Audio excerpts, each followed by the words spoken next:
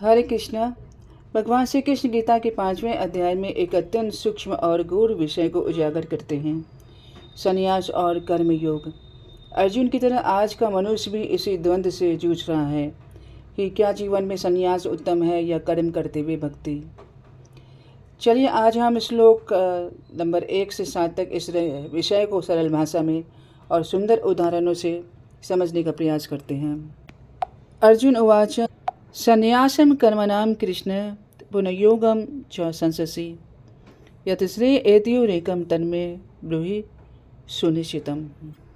अर्जुन पूछते हैं, हे कृष्ण, आप कभी कहते हैं कर्म का त्याग करो और फिर कहते हैं कर्म में ही लगी रहो, तो कृपया निश्चित रूप से बताइए कि कौन सा मार्ग श्रेष्ठ है। यहाँ अर्जुन का मन द्वंद्व में है।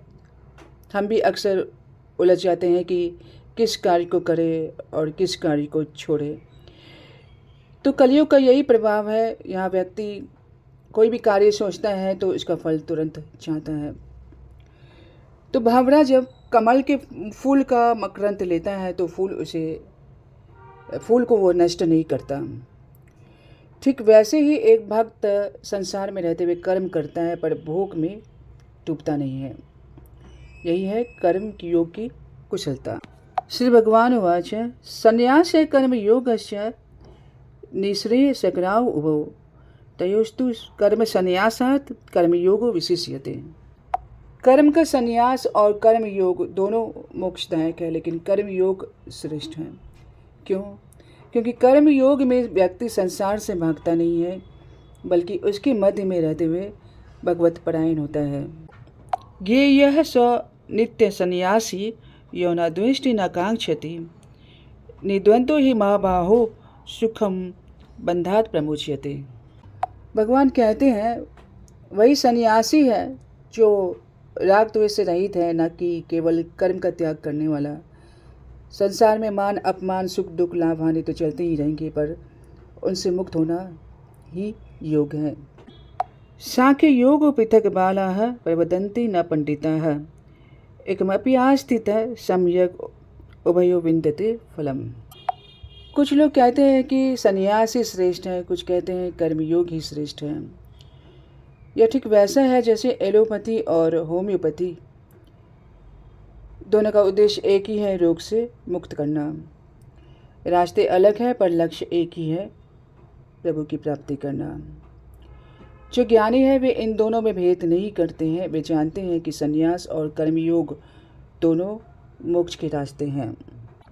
यत् सांख्ये प्राप्यते स्थानं तद् योगिरपि गम्यते एकं सांख्यं च योगं च यः पश्यति स्वपश्यति।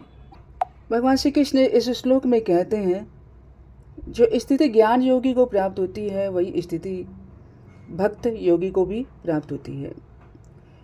जो व्यक्ति ज्ञान और भक्ति को एक ही लक्ष्य तक पहुंचाने वाले मार्ग के रूप में देखता है वही वास्तव में देख रहा होता है। इसका अर्थ है सच्चे ज्ञानी और सच्चे भक्त में कोई विरोध नहीं है।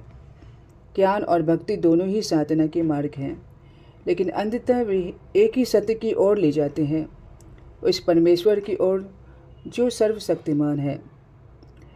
यहाँ एक बात और ध्यान देने योग्य है।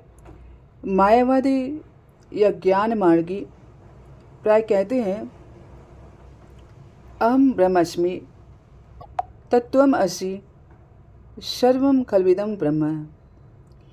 इसका अर्थ है मैं ही ब्रह्मा हूँ, सब कुछ ब्रह्मा ही है। परंतु वैष्णव परंपरा क्या कहती है? हम भगवान के सेवक हैं, दासों हम कृष्णदास हैं। हम कहते हैं हरिनाम ही मेरा जीवन है। हम भगवान के स्वरूप को निषेध नहीं करते हैं, बल्कि उनके चरणों में प्रेम और सेवा अर्पित करते हैं।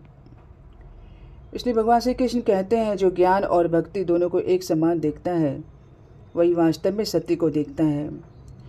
सत्य ना तो केवल निर्गुण है, ना केवल सगुण, या दोनों का समन्वय है। तो हम भी इस समन्वय को समझें।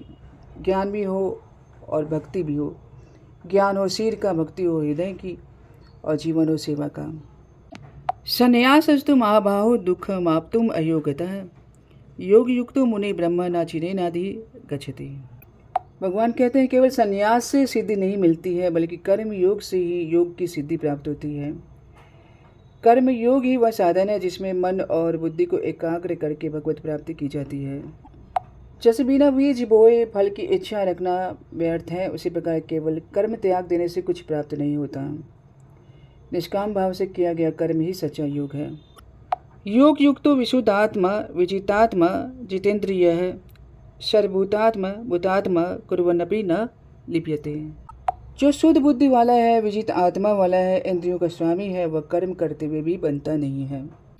संन्यास वस्त्र धारण कर लेने से कोई सन्यासी नहीं हो जाता, बल्कि जो अपने कर्म को भगवान को समर्पित करके करता है वही सच्चा योगी, वही सच्चा सन्यासी है। इस अध्याय की शुरुआत में ही भगवान श्री कृष्ण ने यह स्पष्ट कर दिया कि संन्यास और कर्म दोनों श्रेष्ठ हैं, लेकिन कर्मयोग कहीं अधिक व्यवहारिक और प्रभावशाली है। भक्त वह नहीं जो भागता है संसार से, भक्त वह है जो संसार में रहकर भगवान से जुड़ा रहता है।